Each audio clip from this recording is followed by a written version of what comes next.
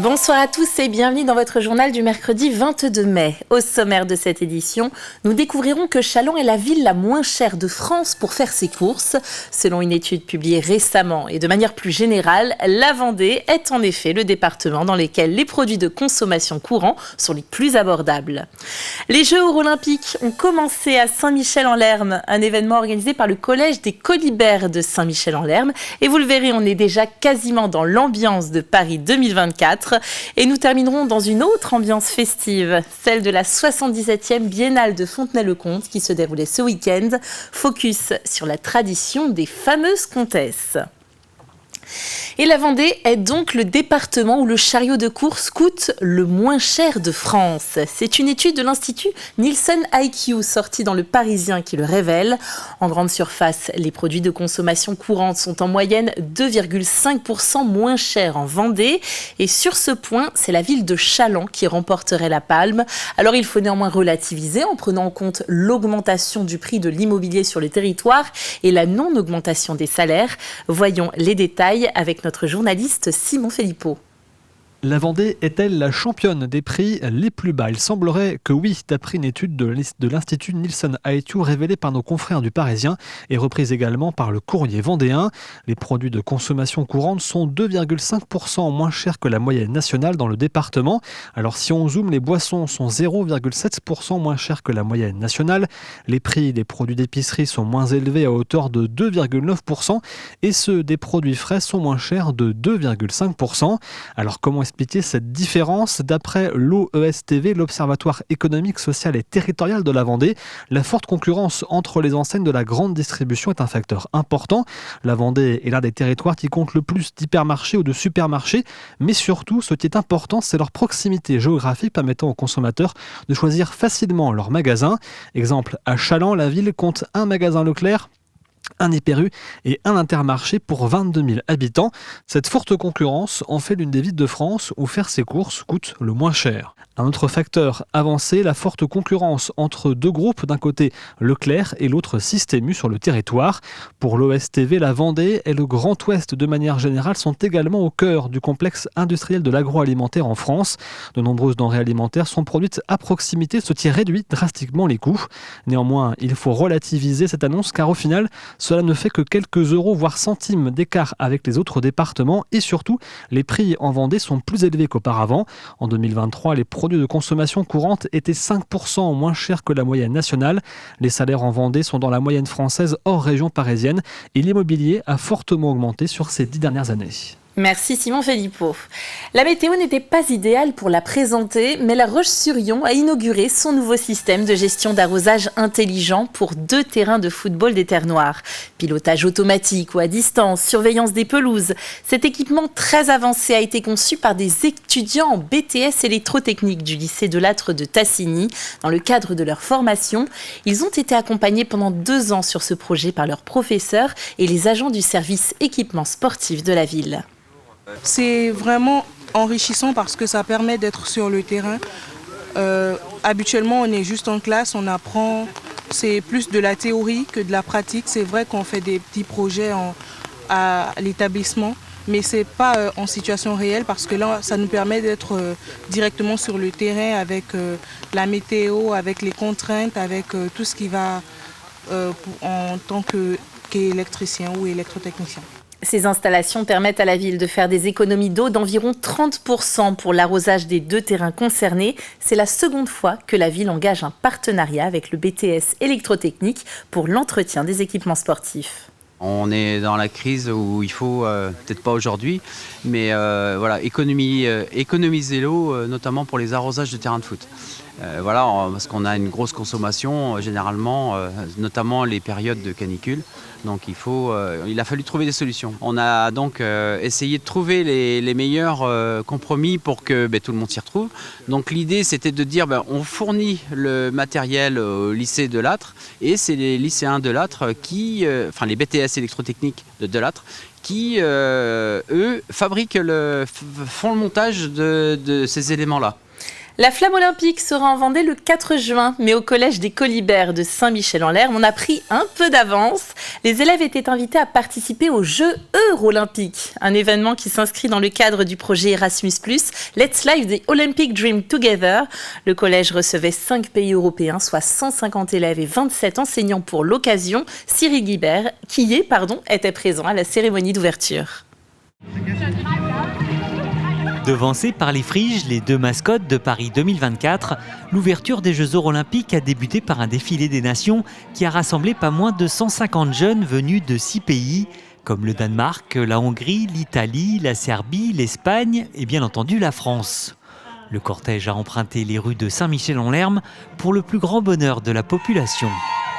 On avait associé aussi l'école publique La Terre Conquise de Saint-Michel à venir se joindre à nous, parce que voilà, ce sont nos futurs élèves.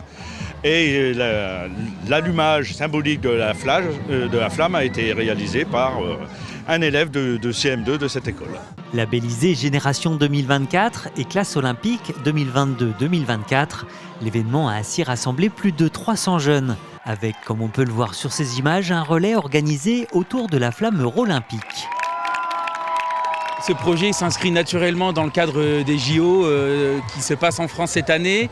Les élections européennes approchent aussi. Et c'est vrai que finalement, fédérer les nations dans notre petite commune rurale du sud de la Vendée, c'est un moment fort. Et la mairie d'ailleurs de Saint-Michel-en-Lerme a fait beaucoup d'efforts pour fédérer toutes ces nations autour d'un beau projet européen, pour renforcer le sentiment aussi d'appartenance à l'Union parmi les jeunes qu'on a aujourd'hui.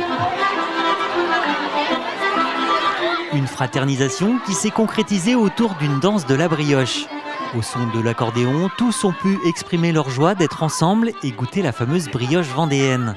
Un moment de partage qui a permis aux élèves du collège des Colibert de rencontrer les jeunes avec lesquels ils échangent depuis un moment déjà. Tous les vendredis matins, pendant 2 ans, les élèves se sont connectés et ont travaillé ensemble à distance via les outils numériques. Et puis, il y a eu au total 6 mobilités Erasmus depuis 2 ans. Là, c'est que le début et c'est déjà super bien. Et franchement, c'était super. Avec tous les pays, que tous les pays puissent venir, ça c'est super, c'est incroyable. Pour la suite, les 150 collégiens, toutes nationalités confondues, vont rejoindre Longeville-sur-Mer pour le lancement des épreuves eurolympiques, où activités sportives et différents types de tournois les attendent. À Fontenay-le-Comte se tenait la 70e édition de la Biennale avec son défilé de chars. L'événement a été plutôt épargné par la pluie et le public est venu en nombre.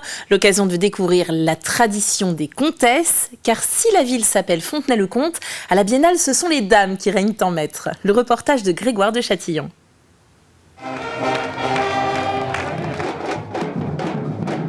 Du rythme pour le traditionnel défilé des chars fleuris. Des chars avec leurs comtesses représentant les 7 quartiers de la ville. On élit des jeunes filles dans les quartiers et à la fin de toutes ces élections, on élit la reine des reines, la comtesse. Une histoire de cœur entre Fontenay-le-Comte et ses comtesses. Moi j'ai toujours connu ça depuis que je fais la Biennale, mais même les anciens ont toujours connu ça aussi. La foule s'était déplacée pour cette 70e Biennale. C'est la première fois que j'y assiste, donc vraiment c'est chouette, c'est très joli, il y a beaucoup de monde et franchement je recommande, vraiment. J'ai participé déjà toute petite à cette fête et ma fille a été élue comtesse en 2016, je sais plus, 17, bref. Et du coup on s'est engagé dans ce quartier et voilà, c'est assez extraordinaire. Les spectateurs ont pu entre autres découvrir ce groupe de danseuses vikings. Moi j'y participe depuis des années avec ma grand-mère et du coup j'ai perpétué la tradition. Donc c'est toujours un réel plaisir. Au départ j'étais danseuse, après j'ai créé le groupe et puis du coup maintenant on continue. Quartier par quartier, de nombreux bénévoles se sont investis pour que la fête soit encore plus folle. Selon les organisateurs, cette 70e édition de la Biennale de Fontenay-le-Comte restera dans les annales. Et pour la petite histoire, en plein défilé, un membre du showband Réveil Saint-Fulgent a fait sa demande en mariage, genou à terre, devant la tribune des officiels à sa compagne, également membre de l'ensemble musical. Une demande qui s'est soldée par un grand oui de l'intéressé. Toutes nos félicitations. Le 25 mai 1804, Napoléon Bonaparte désigne La Roche-sur-Yon comme chef-lieu de la Vendée. Pour célébrer cet anniversaire, la ville organise du 24 au 26 mai les Impériales avec un programme d'animation pour s'immerger dans l'histoire. Au programme colloques et cérémonies et surtout parc de la Vallée Verte, avenue Picasso, la reconstitution d'un bivouac napoléonien avec représentation de tranches de vie ainsi que défilé les samedis et dimanches. Nous avons envisagé d'organiser une grande manifestation dite les Impériales autour d'un week-end pour pouvoir proposer au public un grand bivouac pour y voir des cavaliers, d'y voir des chasseurs, d'y voir des tentes telles que vivait l'armée, si je puis dire, et puis aussi de rencontrer des gens qui ont de près ou de loin vécu l'artisanat de l'époque. Ils viennent de toute la France et au-delà, ils viennent de Belgique, des pays de l'Est, et ils nourriront évidemment le grand défilé qui déambulera dans les rues de La Roche-sur-Yon entre la Vallée Verte et la place Napoléon en fin de matinée. 200 reconstituteurs historiques seront présents pour faire vivre le campement au cours de ces 2 jours d'animation. Tout est gratuit et accessible à tous. C'est la fin de cette édition. Merci de l'avoir suivi avec nous. Retour de l'actualité comme toujours demain matin dans votre matinale de 7h à 9h avec François Pérez. Belle soirée et à bientôt sur TV Vendée.